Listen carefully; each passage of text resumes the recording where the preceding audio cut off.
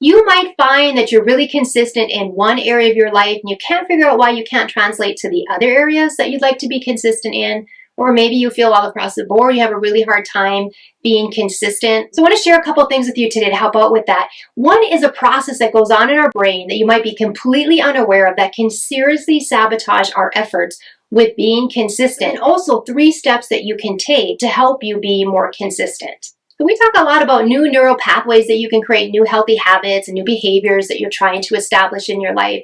And I want to talk to you today about a reward pathway. And there's a certain area in our brain that has this circuitry that helps us kind of translate motivation into action, or in the case that we're talking about today, inaction. And there's some different things that will influence those choices that we make. And one of them is related to the reward that we would get, because we get a benefit, we get some kind of reward for the actions that we take. Any habit loop you've ever studied, you always know that there's a reward piece of that. And how it works is this.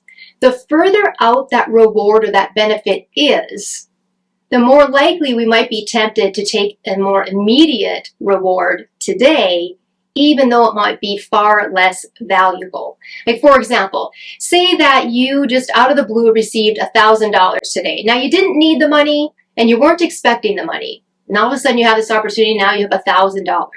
Now you can take that $1,000 and you can spend it, you do anything you want with it today. Or you can invest that, and 10 years down the line, you could have $10,000. A lot of people choose the more immediate reward of $1,000, even though it's far less valuable. It's called delay discounting.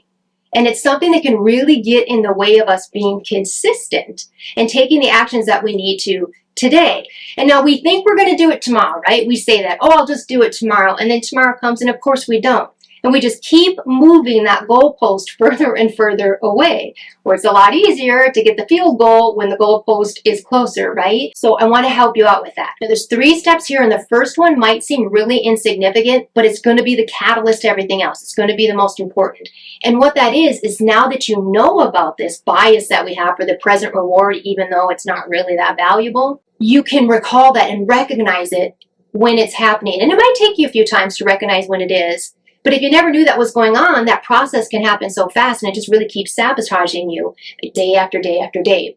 So say now you're sitting there on the couch and you really want to watch this Netflix show, you really haven't gotten your workout in, and you recall what we talked about here today, and you're like, oh, I know exactly what I'm doing. I know how I'm working right now and sabotaging against my goal to move more.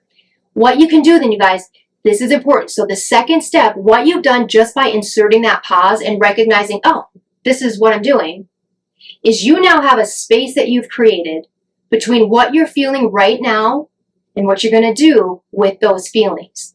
And that space is going to be able to help you pivot into being more consistent and taking the action instead of that more immediate reward. But how would we do that? What I recommend that you do is you start tapping into and recognizing that the benefit of today's action is benefiting a future you, right? That future you, that even if it's just the future you tomorrow, is inheriting everything you did or didn't do today. And how I use this in my own life, maybe it comes to spending or saving, and I look at my behavior in the moment. I might be tempted to do something while I receive this immediate reward. But then I think about 62-year-old Berta that wants to retire. Or maybe I don't really want to get a workout in, or I don't want to eat a certain way, or whatever it might be. And how I'm able to stay consistent is I think about 90-year-old Berta, 90-year-old me. I love her. I want to help her. And I know that the only way that I can do that, if I consistently take the actions that I need to now, so that as I age, I can be independent, because that's important to me and that's my goal.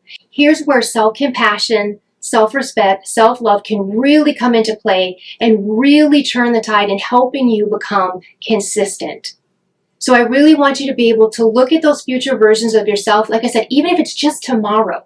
And I want you to be compassionate, by the way, because we're all sitting here today because of the actions we did or didn't take before. So it can be a journey, you guys. This can be really foreign, where we put ourselves in that position where we do look at a future version of ourselves and care about them and love them enough that we want to be able to help them and do things that we can today. So thank you so much for letting me share this with you, and I'll see you next time.